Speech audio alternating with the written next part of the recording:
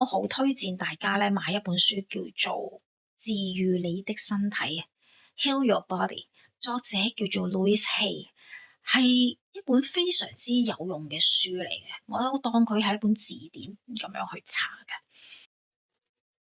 Hello，我係 Winnie 啊，又到咗天使神諭卡嘅占卜時間啦。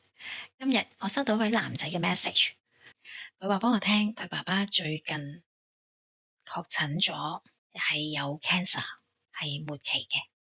對於佢嚟講，同埋家人嚟講，都係一個非常大嘅噩耗。冇諗過突然之間你會知道有一個親人將會離開你。佢每一日一諗起呢件事，佢就忍唔住啲眼淚就流落嚟啦。佢明白唔應該係咁樣，因為佢唔想爸爸見到佢咁樣唔開心，亦都唔想媽媽見到咁樣唔開心。但係佢控制唔到自己，佢亦都控制唔到啲眼淚。咁好巧合咁樣，佢喺 YouTube 見到我嘅片啦，咁所以佢就大膽 send 個 message 俾我，想睇下我有冇啲咩意見俾到佢。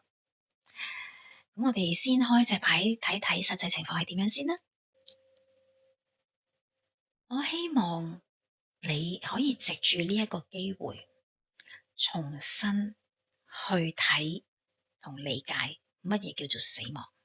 我明白家人對我哋嚟講好重要，不過我都想提醒下大家，生老病死係必然嘅過程。希望大家可以盡快學習認識呢幾個過程。生就大家都知啦，可以覺得好快樂嘅一件事啦。老病死，大家會貼一個咩標籤上去？老，你會貼咩呢？病，你會貼咩呢？死，你會貼啲咩呢？其實呢一啲課題，好多人都跨唔過。先講病啦，大家點睇自己病呢？我係會揾翻我病嘅原因。咩叫病嘅原因呢？假如腰酸膊痛，或者胃抽筋，或者肚屙，可能大家都會覺得肚屙咪食錯嘢咯，胃抽筋咪可能又係食錯嘢咯，唔係咁簡單嘅，係有原因嘅。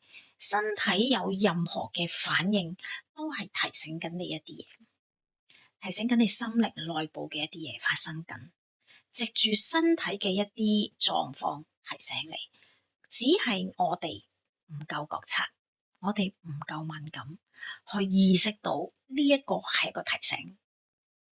咁我好推薦大家咧買一本書叫做《治愈你的身體》（Heal Your Body），作者叫做 Louise Hay，係一本非常之有用嘅書嚟嘅。我當佢係一本字典咁樣去查嘅。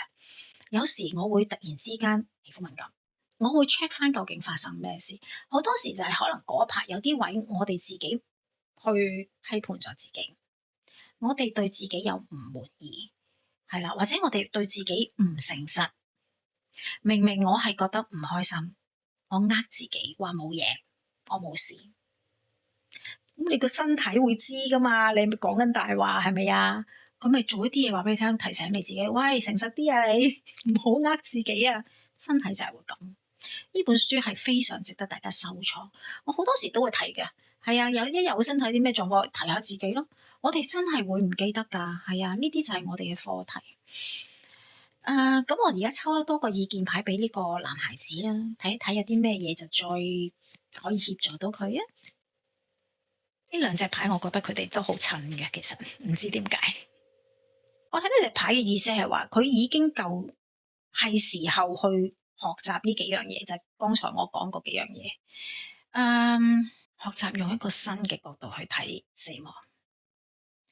而家都多咗一啲新嘅說法嘅，就話畢業，我都幾喜歡呢一個名稱。畢業係咪即刻件事感覺係會比較正面啲？嗱，當然如果你未 overcome 到，你都會覺得死啊，點會 overcome 到啊？冷靜啲先，我明嘅。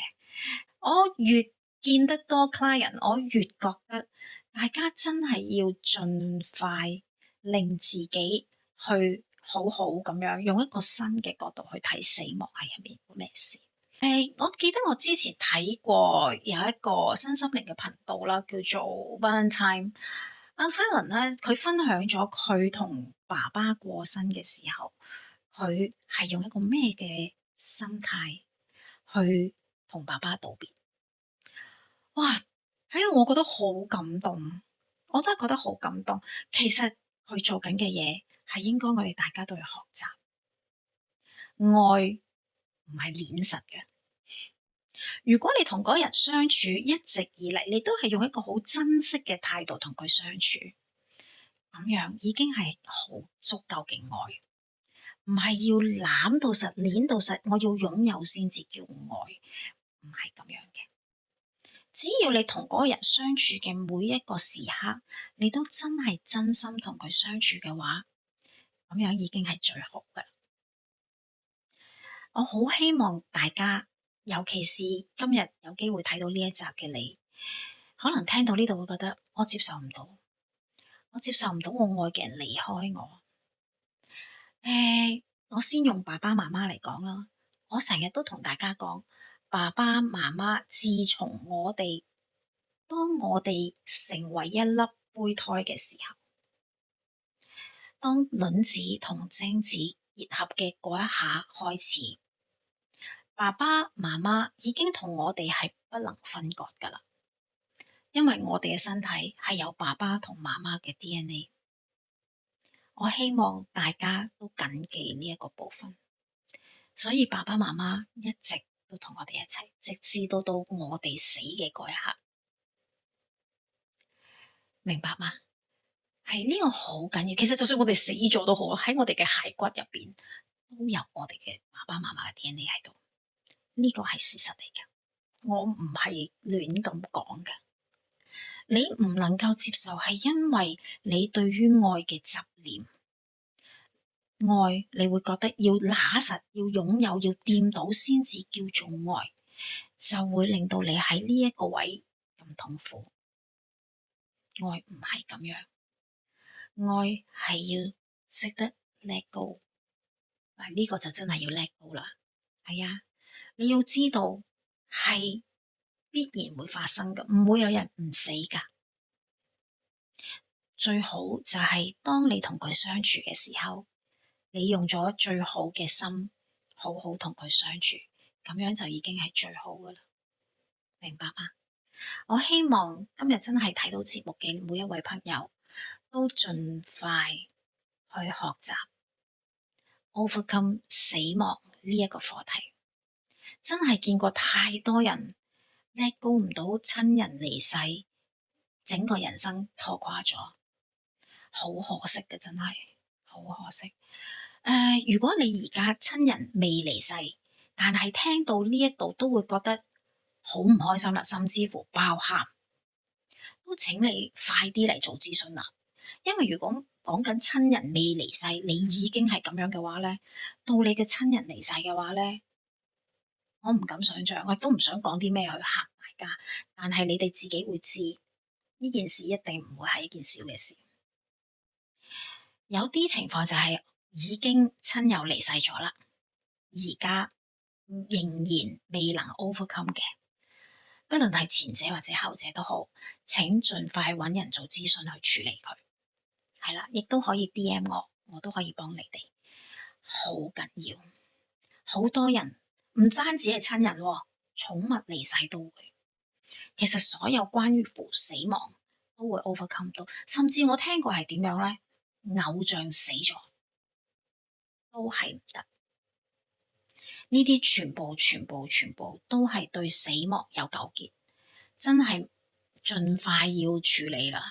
其實喺我眼中，生老病死係相同嘅事嚟㗎。佢哋點解我哋要抗拒一啲一定會發生嘅事呢？啱唔啱啊？我哋應該坦然去接受，人就係會老咯，人就係會死咯。